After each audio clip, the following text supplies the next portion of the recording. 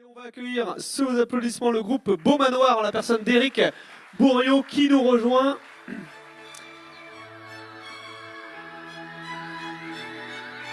Alors on voyage dans la Bretagne avec le groupe Beau Manoir, on revient du côté Malouin. De Saint-Malo. C'est bien ça, voilà. Alors moi je vais poser mon petit... Ouais, bien sûr, je vous fais un petit peu de place, voilà, les notes. Tout n'est pas digitalisé, j'ai l'impression. Hein, non, c'est assez limite, quoi. Ouais.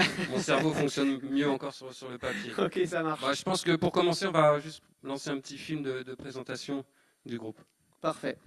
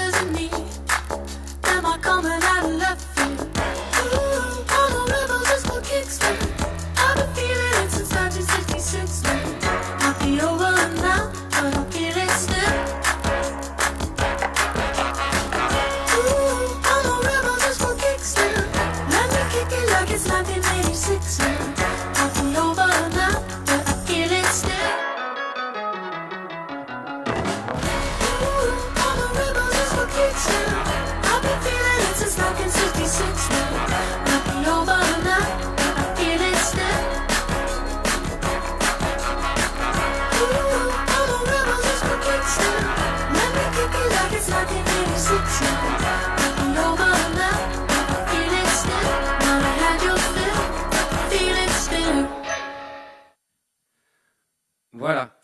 Donc vous avez vu, ça c'était juste la petite vidéo qui illustre le choix de notre dernier slogan, Fashion starts with you. Et dans le with you, il faut comprendre deux choses. With you, et on en a parlé toute la journée, les collaborateurs internes. Ce sont eux qui aujourd'hui nous aident à pousser l'entreprise à aller plus loin. Ce sont eux qui participent à la digitalisation.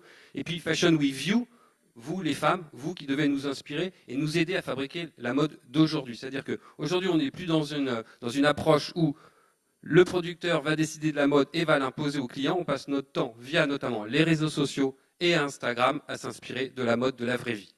Et c'est ce retour d'expérience en interne en laissant les gens aller vers des expériences, faire des erreurs, et on en a parlé toute la journée, et moi je pense que j'ai appris beaucoup de mes erreurs. Voilà, c'est cette double approche. Donc le groupe Beau Manoir, pour ceux qui ne connaissent pas, c'est un groupe qui est né en 1985, c'est monsieur Roland Beau Manoir qui est toujours à la tête, qui l'a lancé. Aujourd'hui c'est 2680 points de vente, c'est dont 1500 en France, c'est 14 000 collaborateurs et c'est 1,5 milliard d'euros de chiffre d'affaires. Le web dont je m'occupe, je suis directeur du commerce connecté, a été lui lancé en 2010, donc vous voyez ça fait juste 10 ans aujourd'hui. Et en 2010, on se disait, on se donne 3 ans pour faire 3 millions d'euros. 3 ans après le lancement, on en a fait 3 fois plus. Là, depuis 3-4 ans, les progressions sont beaucoup plus difficiles. Au début, on caracolait, on avait des progressions de 35, 40, 50% par an. Aujourd'hui, quand on atteint 10, 12, 14% par an, on est très content. Donc moi j'ai fait toute ma carrière quasiment dans le e-commerce, hein. J'ai commencé le e-commerce au XXe siècle, c'est à cette époque que j'ai rencontré Didier Glemarec, donc on se connaît depuis longtemps. Merci Didier de m'avoir invité ici, je suis très heureux d'être avec vous.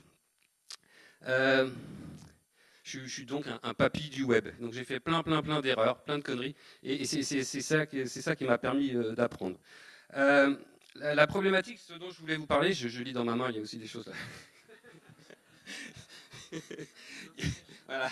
Il y a 3 problématiques liées au digital. Il y a comment concilier le commerce et le e-commerce, comment réconcilier le magasin versus Internet. On va parler de toutes les frayeurs, des peurs du réseau face à un Internet qui lui est ouvert 7 jours sur 7, 24 heures sur 24, où le monde promophile est ultra fort.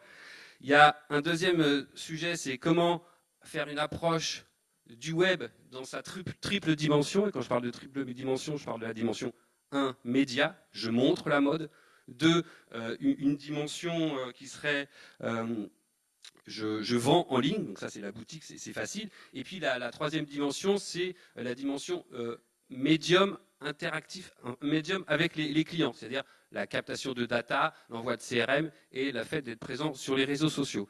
Donc quand on s'occupe du digital, on doit s'occuper d'un peu de tout cet écosystème web. C'est-à-dire qu'il n'y a pas votre site là tout seul, et on en a parlé aujourd'hui, il y a votre site au sein de Google, votre site parmi les réseaux sociaux, votre site parmi tous les autres sites. On a l'habitude de dire que vous êtes toujours à un clic de votre concurrent, d'où la bataille forcenée. Alors c'est sûr que si on vend des moteurs de bateaux électriques pour la pêche en rivière spéciale bar, non le bar c'est pas en rivière. Bon, voilà, là ça va être assez facile de se positionner sur Google. Quand vous vendez des jeans ou des t-shirts, la concurrence est très très forte. Et on l'a vu aussi dans le monde de l'alimentaire, les concurrences sont très très fortes. Donc si je déroule un petit peu ces trois choses, concilier, on va commencer par concilier le commerce et le e-commerce. Moi souvent les magasins ils me disent c'est pas possible Eric, vous pouvez pas faire des promos tout le temps le dimanche là quand on est fermé. Et moi je leur dis souvent, moi je te rappelle que sur le site j'ai 1,5% de taux de transformation. Tout à l'heure j'ai entendu faut parler avec des datas et des chiffres, donc je donne des vrais chiffres. 1,5% de taux de transformation, voire 2 quand tout va bien. Que font les 98% des autres personnes? Ils ne sont pas sur le site par hasard. Ils viennent chercher des informations en prévision à 70%, et on l'a mesuré, on l'a même mesuré à 76%, d'une visite en point de vente dans les 8 jours qui suivent la visite sur le site. Donc si j'ai un site bien fait, qui est inspirant, qui me donne envie d'aller en magasin, je retournerai en magasin. Dès le début, quand on a lancé les sites, M. Beaumenard a dit tout de suite « je ne veux pas me couper de mon réseau ». Qu'est-ce qu'on a fait dans les colis? On a mis tout de suite un bon de réduction à valoir sur l'achat en magasin et pas sur le web. Aujourd'hui, on a 50% de nos commandes qui sont livrées en point de vente. Une commande sur deux, c'est du click and collect, avec livraison offerte et retour gratuit. Et c'est très très très important. Mon travail à moi, depuis que j'ai commencé chez Marionneau à l'époque, c'était générer du trafic sur le point de vente. C'est pas faire du chiffre d'affaires en ligne. Oui, on a le premier chiffre d'affaires en ligne. Oui, c'est le plus gros chiffre d'affaires du groupe. Mais c'est le business, le vrai boulot, c'est de générer du trafic en ligne. Donc voilà, une fois qu'on a dit ça au magasin, ça ne les rassure pas complètement. Ce qui continue vraiment de les rassurer, c'est quand on fait de la e-réservation. Ça, c'est une brique omnicanal très importante. Je réserve en ligne, je viens acheter en magasin. Aujourd'hui, ça pèse 10 à 15% du CA e-commerce du groupe. Donc c'est très très important. On a aussi décidé, pour casser cette guerre magasin web, de rétrocéder une partie du chiffre d'affaires web au point de vente. Moi je suis fervent de tout redistribuer au point de vente. Pour l'instant on ne me suit pas encore, mais j'insisterai. Ça a été aussi ça mon boulot pendant des années, c'était d'évangéliser, de disrupter et de dire voilà, si vous voulez y arriver, vous les entreprises classiques, entre guillemets, familiales, et j'ai rien contre ça, j'ai bossé toute ma vie dans des entreprises familiales. C'est regarder les startups. Regardez ce qu'on fait. Ils ont donné des stock options, ils ont donné des participations, ils ont ouvert leurs horaires. Voilà, ce sont des méthodes aussi au sein de l'entreprise qui font évoluer. Le digital, ce n'est pas simplement des outils, ce n'est pas des outils, on l'a dit toute la journée, ce sont des humains, ce sont aussi des méthodes, des nouvelles méthodes. On a entendu de lead management, on a entendu parler de Slack, on a entendu parler des réunions où on s'échange des briques, des post-it, tout ça. Tout ça, ça fonctionne. Et puis on a surtout entendu deux superbes startups ici, aujourd'hui Klaxoon et puis Zéro Déchet, qui nous ont expliqué, Zéro Déchet, à quel point elles avaient disrupté, elles avaient changé leur orientation et elles n'avaient pas continué forcément. Voilà. Ça, c'était le premier point. Deuxième point, il faut que j'aille vite. Hein. Ah oui, bah d'accord, là, je suis complètement... le deuxième point, c'était travailler sur ces trois parties du web. Le média, je montre, je fais des belles photos, je fais des belles vidéos. Dès qu'on met des vidéos, ça fonctionne mieux. Je suis présent sur les réseaux sociaux et je fais des newsletters en segmentant ma base. Ça, c'est super important. Les taux d'ouverture depuis 10 ans sur le newsletter baissent. Il faudrait que ça représente 20% du CA online. La seule manière de le faire, c'est en segmentant correctement sa base. Réconcilier les créatifs et les informatiques. Les créatifs et les informaticiens. Les sites internet, c'est compliqué. C'est du code, c'est des lignes de source, c'est de la sécurisation, c'est des flux informatiques reliés à vos ERP, à votre logistique, à votre finance. C'est assez compliqué. Et souvent, les créatifs, ils disent non, mais tu ne comprends pas, moi je travaille, je fais du beau. Moi, je fais surtout de l'efficace. Donc, nous aussi, on a mis en place une culture très forte du test and learn. On fait à peu près une quarantaine de tests par semaine, à tous les niveaux, hein, que ce soit la couleur d'un bouton, le mot utilisé pour le bouton, l'emplacement du bouton, le tunnel de conversion. Tout est testé. Et là, c'est plus le directeur qui dit « moi, je veux ça » ou « moi, je veux ça ». Je dis « celui qui va gagner, c'est le meilleur test ». Et une fois qu'on a fait ce test, on passe en production et on fait changer le bouton. Donc, on a économisé sur les développeurs, qu'ils soient en agence ou en interne, et surtout, on n'avance pas au doigt mouillé, on avance avec des vrais résultats. Et c'est en permanence. Maintenant, c'est un poste à temps plein chez Baumann, chose qu'il n'y avait pas il y a à peu près 3 ans.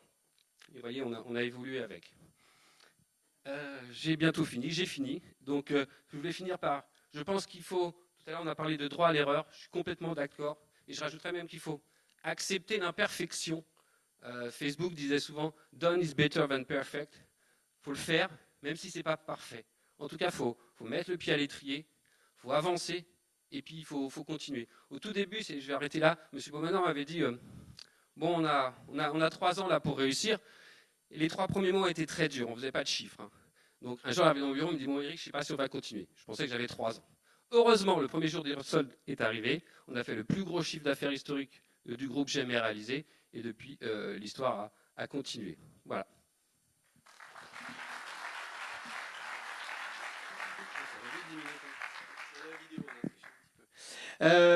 Merci beaucoup Eric, super témoignage. Est-ce que vous avez des questions pour Eric? Oui, non, pas tous à la fois, non. Bon, je vais commencer avec la première question. Comment ça se mesure aujourd'hui? On a étudié ceux qui achètent en ligne et qui on sait que 16% vont en magasin dans les 8 jours qui précèdent ou qui suivent l'achat. Qui suivent l'achat. Aujourd'hui, comment ça se mesure? Alors, je le mesurais déjà à une époque via des coupons, on faisait des campagnes SMS, on mettait un petit coupon, on arrivait en caisse, les gens qui utilisaient ce coupon, on rattachait le ticket à ce coupon, ça voulait dire qu'il venait via Facebook, via le web, n'importe où. Ça, c'est le moyen très facile de faire quand on n'a pas de DMP. Parce que nous, aujourd'hui, c'est ce que nous utilisons. On a un programme de fidélité, on a une DMP, et tous nos clients digitalisés, auquel on a l'adresse web ou au moins l'ID client, on va vérifier s'ils ont fait un achat en magasin, on vérifie s'ils sont passés sur un de nos sites avant. On a 5 sites et voilà, c'est là qu'on a pu mesurer. On a fait ça avec une entreprise de Rennes qui s'appelle Advalo et qui fait de la DMP. Voilà, la DMP, c'est vraiment cette capacité à connaître nos clients sans forcément connaître leur nom. C'est un peu du flicage, mais ça fonctionne. Ok. Par rapport aux outils, je ne sais pas, outils relationnels, on a parlé de chatbot, des choses comme ça, est-ce qu'aujourd'hui c'est des choses qui vous intéressent, qui ont une utilité dans le cycle d'achat? Ça nous intéresse beaucoup. On a tenté sur le site de Bréal de mettre un agent conversationnel. C'était les clients qui répondaient aux internautes. J'ai oublié le nom de la solution. Bon, globalement, ça n'a pas été pris par les équipes en interne. Je pense qu'il est encore un petit peu tôt. On va y retourner. Mais voilà, on pense qu'un agent conversationnel, un robot, ça ne nous plaît pas. Ouais. On pense qu'il faut un vrai service client. Donc c'est une nouvelle étape. Moi, pareil, de la même manière, je pense qu'il faut ouvrir les réseaux sociaux le samedi, les services clients le samedi, le dimanche. Nous, on n'est pas ouvert le dimanche les services clients. Je trouve ça dommage. Pareil, Facebook. Aujourd'hui, on a des milliers de personnes qui viennent sur Facebook, qui nous interpellent, y compris le soir, après 20h, 21h, 22h. Voilà. On n'a pas encore pris ce tournant de il faut aussi qu'il y ait du personnel présent à l'entrepôt le samedi, présent le dimanche pour répondre, et qu'on soit là tout le temps et pas simplement à Noël. Ou en tout cas, ça peut être hors des heures d'ouverture. Je pense que la solution dont vous parlez, c'est peut-être le click to community, notamment que fait iAdvise, des gens comme ça, où ça permet effectivement de fédérer la communauté et de s'appuyer sur la communauté pour échanger entre les acheteurs potentiels et les clients. Ok. Est-ce qu'il reste une question peut-être dans le public? Non, on a fait le tour. Ok. Allez, super, on va s'arrêter là. Merci beaucoup.